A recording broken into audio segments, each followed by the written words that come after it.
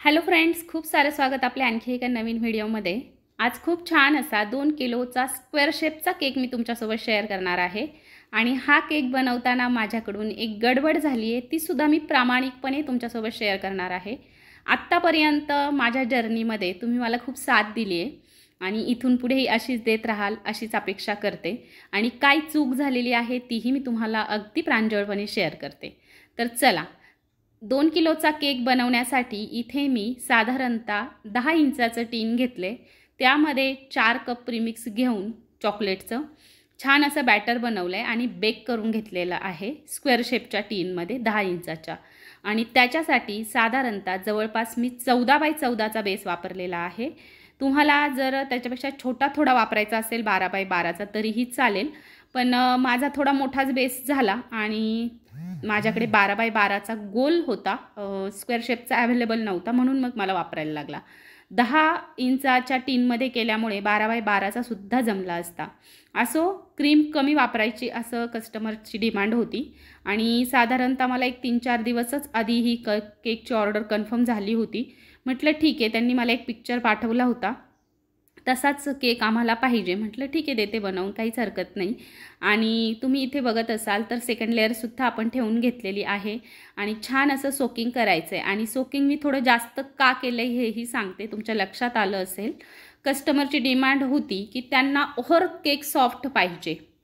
आता बघा, काही कस्टमर म्हणतात की केकचे व्यवस्थित पीसेस नाही झाले जास्त सोक केल्याच्या नंतर, पण यांना एक्स्ट्रा सॉफ्ट पाहिजे होता केक, म्हणून मग मी थोडा जास्त सोकिंग केला।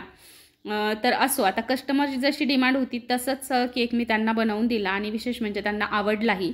कस्टमर ॲक्च्युली पुण्याचे आहेत, राहणारे कायमचे, पण ते सुट्टीसाठी गावी आले की केक माझ्याकडनं नेतात। तर त्यातलाच हाही एक केक होता।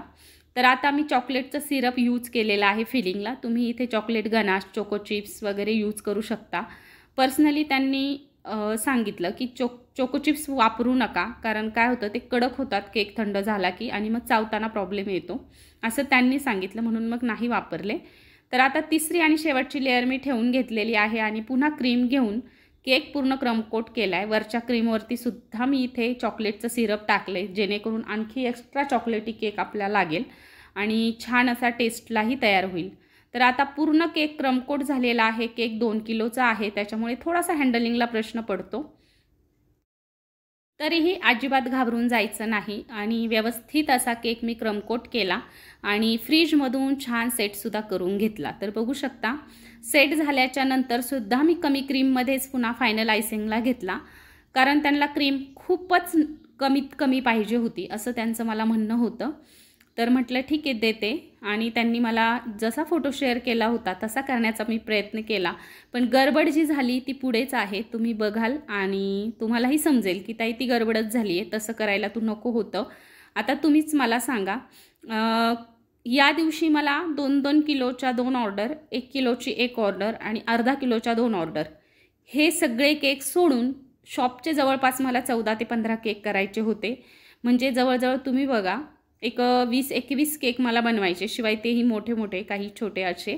आणि मग मला ह्यावरती जे यूज करायचं होतं ट्रफल, तर ते तयार करता आलं नाही आणि तयार करता न आल्यामुळं मला रेडी जे गनाश होतं माझ्याकडे तेच म्हटलं पायपिंग करूयात त्यालाच, कारण ते फ्रीजरमध्ये ठेवलं की छान घट्टसर होतं गनाश, आपल्या ट्रफलसारखं। म्हटलं ते छान यूज होईल त्याचा, मग काहीही हरकत नाही असं मी म्हटलं, पण ते तसं नाही जमलं। शेवटी कोणतीही गोष्ट ज्याची त्यालाच कशाला केली आहे, हो की नाही। तर असो, माझी चूक झाली आहे, ती मी अगदी मान्य केली आहे तुमच्यासमोर, जाहीरपणे माफी मागते मी त्या कस्टमरची सुद्धा। ते सुद्धा माझे व्हिडिओज बघतात आणि ते म्हटले की ताई, डिझाईन नाही मॅटर करत, तुमची टेस्ट मॅटर करते, तुम्ही अजिबात काळजी करू नका।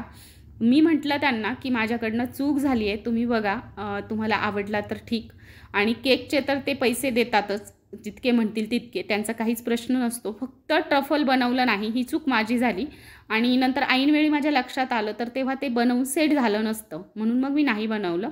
तर असो, कमीत कमी क्रीममध्ये केक सेट करून फिनिशिंग करून घेतला।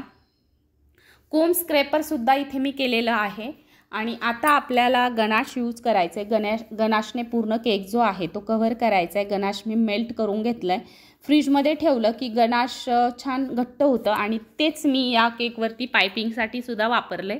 तर बघा अशा पद्धतीनं मी ओतून घेतलेलं आहे जे गणाश आहे ते। आणि गणाश बनवण्यासाठी मी 1 किलो क्रीम, 1 किलो चॉकलेट आणि साधारणतः अर्धा ते पाऊण किलो न्यूट्रल जेल यूज करत असते। बऱ्याच वेळा मी तुमच्याशी रेसिपीसुद्धा शेअर केलेली आहे, शॉर्ट व्हिडिओसुद्धा आहे, रीलसुद्धा आहे, नक्की बघू शकता। आणि इंस्टाग्रामला माझं धनश्री केक्स नावाने पेज आहे, तिकडे जाऊन सुद्धा फॉलो करा आणि काहीही तुम्हाला प्रश्न असतील तर DM करा नक्की।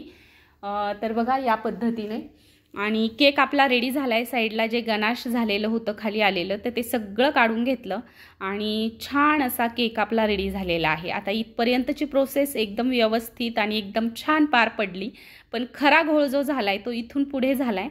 साईडचं जे गणाश होतं ते मी अलगदपणे पॅलेट नाईफने काढून घेतलं आपल्या बाउलमध्ये आणि असं थोडंसं टच झालं की अशा आईस केकचा हाच मोठा प्रश्न असतो। तर आता इथे बघा पाइपिंग बॅगमध्ये मी जे हे गणाश आता मी यावरती पोर केले ना, हेच गणाश मी पाइपिंग बॅगमध्ये भरलं, म्हणजे ते फ्रीजमध्ये ठेवल्यामुळं चांगलं सेट झालं होतं। डिझाईन केली तोवर काहीच नाही, पण जेव्हा केल्याच्या नंतर हळूहळू ती खाली घसरायला लागली, तिथून पुढे मला खरंच टेन्शन आलं आणि आता या केकचं काय करू, मला काय करता येईल असं वाटायला लागलं। पण काय करणार, शेवटी जी चूक झाली ती झालीच। आता यावरती मी काहीच करू शकत नव्हते।